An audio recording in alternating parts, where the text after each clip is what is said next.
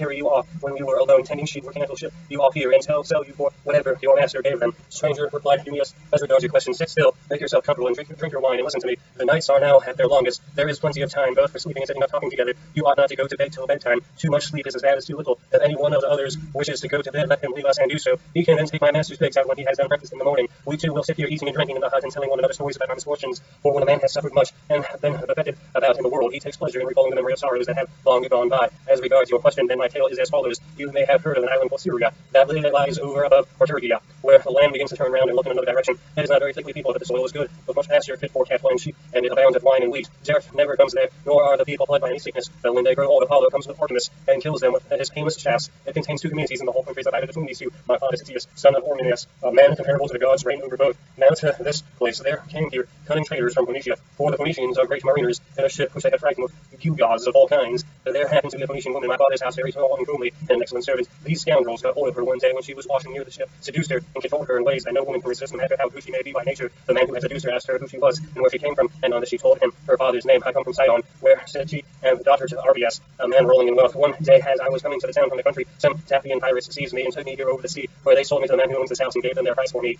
The man who had seduced her then said, would you like to come along with us to see the house of your parents and your parents themselves? They are both alive, and they are said to be well off.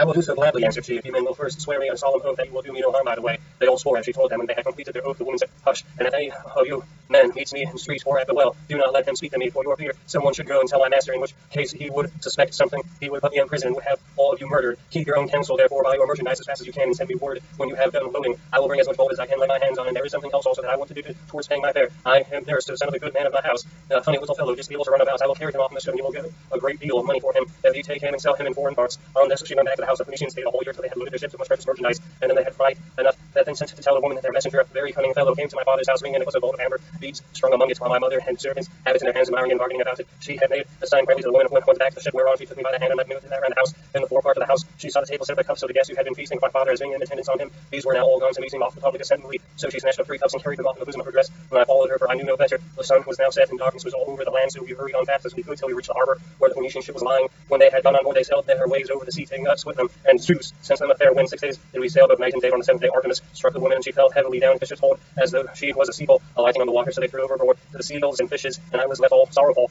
and alone. Presently the winds and waves of the ship's Ithaca, where Laertes gave sundry his chartles for me, and thus it was that even ever I came to set eyes upon this country. Odyssey answered Eumaeus, I have heard the story of your misfortunes with the most lively interest and pity, but Zeus has given you good as well as evil, for in spite of everything you have a good master who sees that you always have enough to eat and drink, and you lead a good life, whereas I am still going about begging my way from city to city. Thus did they converse, and they had only a very little time left for sleep, for it was soon daybreak. In the meantime Telemachus and his crew were nearing land, so they loosed up sails, took down the mast, and rowed the ship into the harbor. They cast out the mooring stones and made fast the hawsers. They then got out on the seashore, missed their wine, and got dinner ready. As soon as they had enough to eat and drink, Telemachus said, take the ship on to town, but leave me here, for I want to look after the herdsmen on one of my farms in the evening. When I have seen all I want, I will come down to the city, and tomorrow morning in return for your trouble I will give you all good dinner with meat and wine. Then Theoclynius said, and what, my dear young friend, is to become of me? To whose house among all of your chief am I to repair? Or shall I go straight to your own house and to your mother? At any other time, replied Telemachus, I should have bidden you go to my own house, for you will find no want of hospitality. At the present moment, however, you would not be comfortable there, for I shall be away, and my mother will not see you. She does not often show herself even to the suitors. They sit at her loom, weaving in an upper chamber out of their way. But I can tell you a man whose house you can go to. I mean Eurymachus, the son of Polybus, who is held in the highest estimation by everyone in Ithaca. He is much the best man and the most persistent wooer of all those who are paying court to my mother and trying to take Odysseus' place. Zeus, however, is in heaven alone, knows whether or no